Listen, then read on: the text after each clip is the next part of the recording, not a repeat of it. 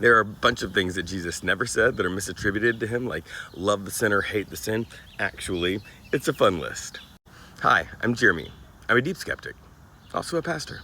Yep, he didn't say love the sinner, hate the sin. He did say that he didn't come into the world to condemn the world, but that one doesn't give you justification for saying horribly homophobic and transphobic things. Jesus didn't say God helps those who help themselves. That's Benjamin Franklin.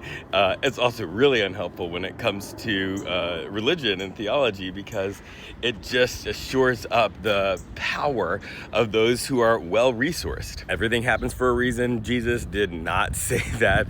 Nothing close to that, because the world is screwed up and everything doesn't happen for a reason. Some people are just mean and evil and trying to hurt people and use their power to minimize and take away the rights and the agency of others. It didn't say, and the Bible doesn't say, spare the rod, spoil the child. That comes from a 17th century poem by a guy named Samuel Butler, who is loosely basing it on a proverb from the book of Proverbs. However, taking child rearing advice from the Old Testament, bad idea. One of the things it advises is that if you have a rebellious teenager, you take them to the city gates and the elders of the town stone them. Yeah. We don't do that. Jesus didn't say money is the root of all evil. The Bible also doesn't exactly say that. It comes from the book of 1 Timothy, and it says, wait for it, the love of money is the root of all evil. And that seems about right. Jesus didn't say you have to accept me into your heart to be saved. That phrase is really nowhere in the Bible. This is an evangelical concept of having to say the sinner's prayer in order to go to heaven.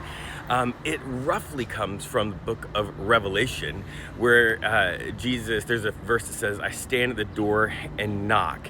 And Jesus is standing at the door. He's the one knocking. But the interesting thing is, he's not talking to sinners. He's talking to Christians. And he's saying, look, you need me inside. Which, I don't know, I kind of want to say to a bunch of Christians, like, Jesus is standing at the door and knocking and wanting to be inside your heart.